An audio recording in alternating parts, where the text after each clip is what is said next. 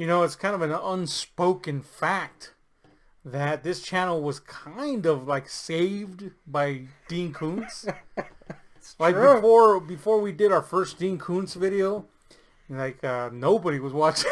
Shit, no. We were just talking to the air. We did have a person that would occasionally watch, Higgins. Remember Higgins? Mm-hmm, Higgins. Who freaking ended up hating us apparently. Why did he end up hating us? I don't know. Like suddenly he was always like commenting, then suddenly he's like, "Man, I hate that guy on the left." Oh yeah. And then he disappeared. That was probably me. We couldn't figure out who's left, our left or his left. Yeah. The point is, you thought it was you because you have this weird issue with assuming that any criticism is aimed at you. Like I'll say something, you're like, "Damn, homie." I was like, "Dude, I was saying it at that guy over there." Clearly. So you thought it was you, but then when I read the comment, I was like, "Nah, he's definitely talking about me." Which I'm 100% okay with, because irritating. Yeah. So that's fine. But besides Higgins, yeah, we had no recurring viewers, at least that we were aware of. I believe that Dean Koontz video brought in Marcus. Yeah, Dean Koontz brought in Marcus. Dean Koontz saved us. Still keeps bringing in people. You know what I'm saying? Amy Glad? Yeah, I think Amy Glad came in there hating on us for a while. But I think, and you know, there's a lot of people that were offended by the Dean Koontz video. Yeah. There was some that got it and then thought it was funny. And, you know, some people that eventually figured out, oh, these just are two fat lards that are joking. They clearly love Dean Koontz, which we do. Look, and I'm gonna this Koontz. This Koontz is ultimate Koontz. He could have doubled his Man-at-Arms and He-Man. I mean, come on, man. Homie? You know I was all about that He-Man back in the day. Yeah, I remember this. You're all about that He-Man now, and it just means gay men. Yeah, that's true. Fun fact about Man-at-Arms, which I think maybe I should say for another video. Mm-hmm. But you're gonna say anyway. Yeah. This asshole convinced me to buy a Man-at-Arms over a Skeletor figure back in the early 2000s with the cartoon. Because, quote, he's cool. But really now I think it's just because you were trying to relive your love for Dean Koontz. And Man-at-Arms. So it works. Yeah. And yeah, look, with Man-at-Arms, when you take his armor off, you get a free Dean Koontz figure. It's true. With, you know, like green clothes, which is weird. But anyway, I'm about to reveal, like, something just to show you how much I love Koontz. I'm about to reveal, I'm about to open the coffers of Ahab history just for you and whoever's viewing. You know, and it's gonna be a big one, dude. It's gonna level the United States with its power. No, it's not. It's really an unimpressive factoid. But Dean Koontz is actually the person that wrote the first novel that I ever read. Oh yeah. Like before Koontz, I didn't. Right, that was very unimpressive. Right? No, but it just goes to show you how much of an impact he had. Because you know I'm a big reader of novels, fictional novels, by the way. This is what I'm getting at. Yeah, I'm a book guy. Before Koontz, I didn't like fiction. I thought it was lame. As far as books go, I was like, eh. Mind you, I was very young, you know? Yeah. Like, I was super young. I just read about movies and nonfiction stuff. I didn't get why people would read fiction books, all that shit. But then one day I was reading this magazine, and it had a review of, guess what? A Koontz novel. And I was like, yo, this sounds like a cool-ass movie. I didn't even get that it was a novel yet. I was like, oh, it's a novel? Damn, you were tricked into liking Koontz? Yeah, I was like, I don't want to read a fucking novel. That's lame. So my little lame young self went to the library and very begrudgingly asked for this novel. Dragon Tears, man. That was my first novel that I ever read. And what can I say? I was impressed. It's a page turner. Old Koontzer was definitely a page turner back in his day. Nowadays... you know, he still hooks you in, but then he disappoints you with some Punchinello Bezo bullshit. Like, what the fuck, man? Yeah, so I was like 10, 11 when I read Dragon Tears. Yes. And ever since then, I've been I like novels, you know. So, anyway, I got really into Koontz back then. Eventually, I got into King and then Clive Barker and all that stuff. But... I was super into Koontz, as you know. Yeah. Little did we know. It's pretty disturbing, your love for Koontz back in the day. It's actually a little sad to see it kind of dead. How can I not love this man? I'll tell you how. Yeah. He gets this shitty haircut. I was about to say, don't get me wrong, I understand your love for Koontz being dead because of this current awful head. I don't even blame. I don't even blame that one book that killed it for me. Yeah. I don't even blame that. I more blame this fucking hair than anything. Yeah. It's atrocious. But did you know that old Koontz recently came up on the news a lot? I did. Because we got that raging corona going around. Hell yeah, dude. Everybody buying that TP because I guess they have to take massive dookies. Damn, homie, I was at the Walmart today and all the TP was gone. All I could say super loudly was, "Damn, homie, everybody dropping mad dukes." I don't get it. What's the TP connection? Somebody said that in China, in Wuhan, presumably where the whole thing originated, because China, that they ran out of toilet paper, so there was a toilet paper shortage. And I'm like, I've yet to hear one person besides this one very vague article ever mention that. But for some reason, people have rampantly decided, or overwhelmingly, I should say, decided that TP is a must. It's like the one. I mean, to be fair, in a world that has gone to shit, you still gotta wipe your ass. That's, I guess, man. I still don't get what the logic there is. Yeah, but anyway, people are buying TP, and this whole Corona thing is going crazy. But apparently, old Koontz, back in the day, and by the day I mean 1981, he wrote a book that had a virus that you know, went pandemic style, and it was called Wuhan something or other number, and it originated in Wuhan. So people are like, oh shit, he totally Simpsonsed and then predicted. Then there was this book, Eyes of Darkness, by the way, which I believe he originally wrote as Lee Nichols, so he wasn't even popular Koontz back then. You know, he was just like some guy churning out books trying to make a living. Yeah. So I was like, oh man, look, I've read Eyes of Darkness and I don't remember jack shit about it. I didn't even remember that shit, that the Wuhan virus was a thing in it. I didn't remember anything until I read that article. I was like, oh, I'm going to have to check it out again. So I guess I'll do that. But anyway, the point is, I don't remember jack shit about that.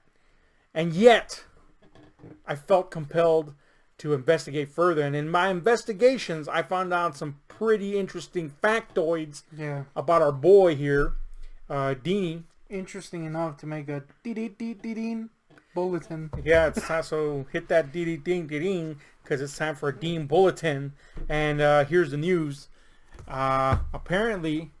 old Dino. Well, first, before we get to the revelation that's gonna level Russia, we have to point out that Dean, he used to write under pseudonyms quite a bit. Lee Nichols was one of them. There was another one called like Owen West, I think. I actually have a few of his books that are under his pseudonyms. Owen Wilson was one of them.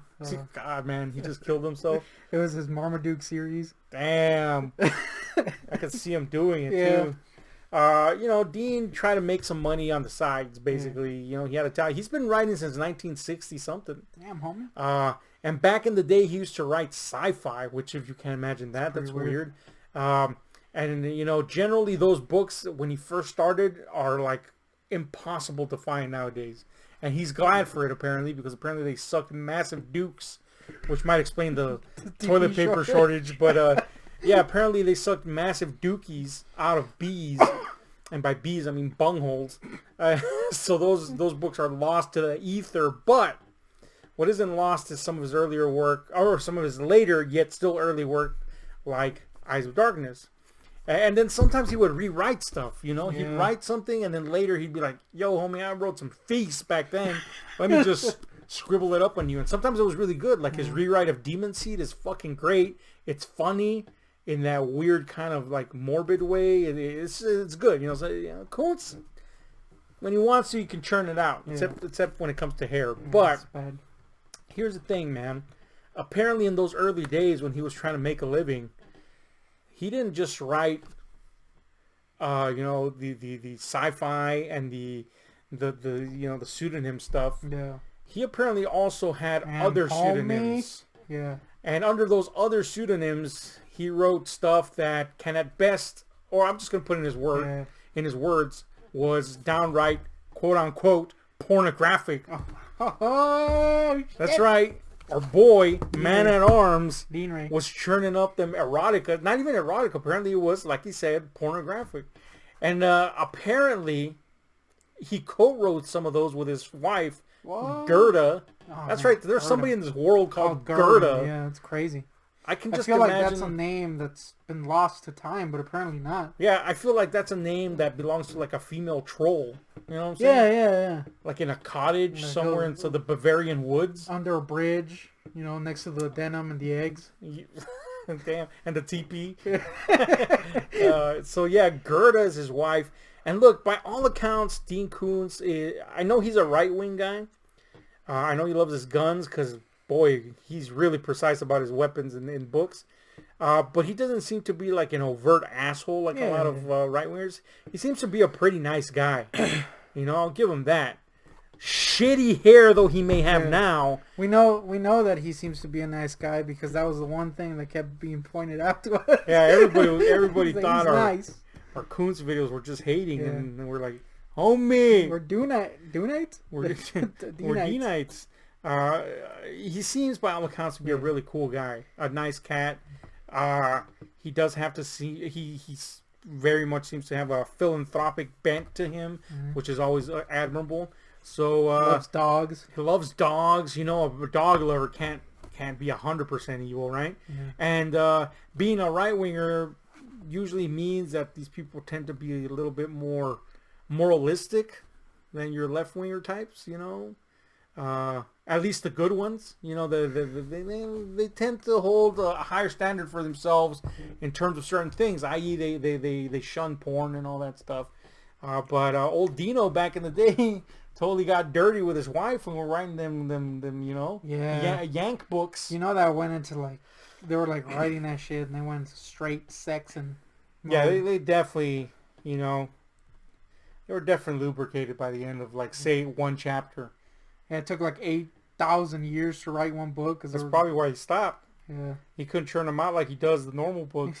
Every second. His wiener was about to fall off. He's like, damn, I gotta slow down, dude. That's why I called him Man-at-Arms. He was yanking it all the time. Mechanically so. Damn, anyway. You set up a freaking robo-arm to yank him while he's writing? Damn, I wish I could do that. That'd be dope. What is that? Yeah, a robo-arm yanking you all the time? I don't know about all the time. What if it goes haywire and just yanks it off? Yeah, exactly. Plus, wait, why did I destroy my own desire? Plus, I got the floppy ween. Oh, that's true. It would just be it would just be wasting energy. Anyway, Dean wasn't wasting energy because he was totally banging that gird ass after writing that erotica. But here's the weird thing. I could only find a couple of titles. Thanks to Wikipedia, by the way. Hashtag Wikipedia. Hashtag didn't do more research than that. But I could only find 2 titles, or at least remember 2 right now. And I told you them immediately because it kind of broke my world. Yeah. One of them was 13 and Ready. Yeah, that's... And the other one was Hung. Now, look, I'm a fan of Hung. I like the simplicity. It goes straight to the point. We want... erotica, you go straight to the weenie, right? I do. And apparently so does he. He's going to rewrite it and it's going to be called BBC. Yeah, no shit, man. For the modern audience. But was 13 and Ready? 13 and Ready apparently was one of them. It's interesting. Yeah, it's weird. And here's a weirder thing I found out about old Dino. And I wonder if there's some 58-year-old, oh no, I'm sorry, not 58, like a 68-year-old person that just happened to come into the room as somebody's watching this and they're like, is he talking about Dean Martin? And then to him we say, no. Anyway. We are talking about Hung though, so stick around. So yeah, I found out another thing about old Dino here. And it's that apparently during a particular part of his life, somebody was using his name to write letters to magazines and write under his name. He says that he's going to reveal that person in his memoirs, but I suspect highly that he wrote some fucked up shit. I'm about to say, I call bullshit on that, right? Homie. It smells like BS because he was talking about the pornographic stuff. Yeah, that's like the old-timey writer guy way, the version of I got hacked. Yes, exactly. It sounds exactly like that. Like, oh yeah, it totally got hacked. Even though clearly I posted that up only back then. Yeah. But he claims that during a specific period of time, some person that he was in business association with took his name, wrote for fanzines, wrote 2 fanzines under his name, Dean Koontz, and wrote fiction under his name. Nah. It just smells like that, like totally making excuses. And 2, it just smells like he wrote some even more fucked up shit than 13 and Ready. And hung. And he's trying to keep it under wraps. Yeah. So I want to know what that shit is. Really, I would be interested in reading 13 and Ready or Hung just to see what kind of weird shit Dean Koontz would come up with. I feel like Hung is definitely a freaking banger. Literally. Classic all-time Dean Ray. But 13 and Ready, man, I can wait on that one. Till the sequel, 18 and Ready? Yeah, I'm past 13 and I'm definitely not ready yet. I don't understand. Look, I realize that there's this whole thing where, like, you know, some people say, like, racism in older people because that was a different time. And to a degree, that's true. You know what I'm saying? Like, give me somebody here. Like Clint Eastwood. Yeah. Clearly has some race issues. You know what I'm saying? It's very evident he does. Don't get me wrong. I mean, I know that he's not, like, burning crosses and shit. I know that. Yeah.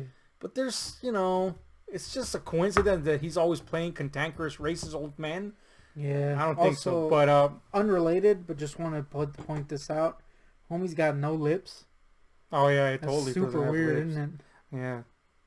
Creepy face. Yeah, it's very weird. It's like a dinosaur sack. White guys without lips. Hashtag. That's a group. Anyway. Yeah.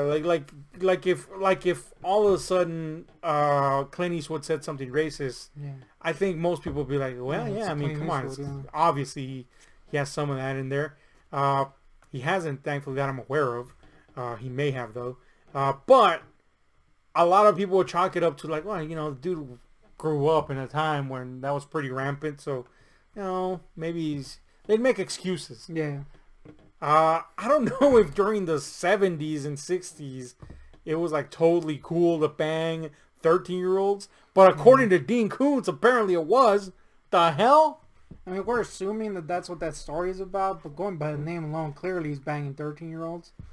Yeah. Don't name it. If that's not in there, and I hope not, don't name it that either. I'm hoping like it's like, though this is still very weird, but it's like a thing in music I've noticed. Like Garth Brooks has a song about it. You know, it's about the 13-year-old guy banging like an older lady, which by the way is still bizarre. It's a double standard for sure. Like the dude getting elder ass, the little male kid, I should say, getting elder female ass is like homie gets like a accolade. High five. 5 around the house. But you know, the opposite, of course, is seen as horrendous. Both of them are horrendous, really. Yeah. It's just one of them's like, hell yeah, boy, you just made it. Yeah, like that. I think it might be what 13 and Ready is about, and I'm hoping that that's what it's about, because this was apparently still socially acceptable in the 90s. Because Garth was singing about banging like an 80-year-old, and I was like, damn, homie. Well, shit, fucking... She got leather ass hands? That's not good. Yeah, that's true. What's that fucking called? What's that song called? Oh, shit, I don't remember. That Summer, yeah. That Summer. Garth Brooks, That Summer. Totally about a young teenager getting banged by an old leathery hag. Hashtag hot hag. Yeah. Well, we don't know if it was a hot hag. Oh, it was a hot hag, all right. Yeah, in my mind it was always a hot hag, but she got that leather hand. I remember I used to imagine my math teacher. That's weird. Who was a leathery hot hag. Like literally leathery, but kind of hot. She was like at least late 50s, but she still retained some of that hotness, but she was definitely leathery. Yeah. Like any more leathery and she's just straight up pterodactyl. You know what I'm saying? Yeah. If pterodactyls were kind of hot. You're going to have to oil that hide. Wing. I was about to say hide, but okay. She definitely had wings. Yeah. But anyway, That Summer, that's a thing, right? Yeah. So I'm hoping that's what a 13 and Ready is. About a precocious young man that's ready to dick down any broad in the house. Yeah. And I really wanted, When he releases his memoirs, I want them to be called 13 and Ready, and that's the big twist. Yeah. That he had already released his memoirs, and it was all about him being like a teenage Lothario. No, it's like it's him just freaking calling the rest of the time, dude. It's just like his Nostradamus-like writings. Oh, that's true, man. He just predicted that in the future, after Gerda dies, he's going to be dicking down everything. Like, he reveals that... Like, you're still with the dicking down. I'm thinking, like, he reveals that when he was 13, he started seeing visions of the future. And that's why he was 13 and ready. You know what I mean? Like, in the book is just like him being like, yeah, I called this. Of course, that seems like the worst prediction book ever. Like, yeah, I called that. That happened. I didn't, the whole time we were speaking, I wasn't listening because I was imagining Dean Koontz 69ing his dog. 69ing his dog? That's awful. He has a weird love for his dogs. Don't get me wrong. 13 and ready. I love our dogs too, but I'm not 69ing them like he is. Why just facts? No. Hashtag Dean facts. He doesn't 69 his dogs. And he might though. So anyway, there's going to be a Masters of the Universe movie soon, so Dean Koontz is still alive, so go ahead and strap him into that armor and, man at arms. Yeah. Anyway, tell us what you think about Dean Koontz being the next Nostradamus, / 69ing his dog. In the comments down below. And, yes, thank you, Dean, for giving us some of our first loyal viewers and haters that turn to lovers and haters that still hate. I guess old Koontz, he made the whole circle of my life come around, and that circle is my body because I'm fat. Anyway, circle's also them 69. God damn it, it's man! Like a yin yang, yin yang of fur and flesh. Anyway, we're out.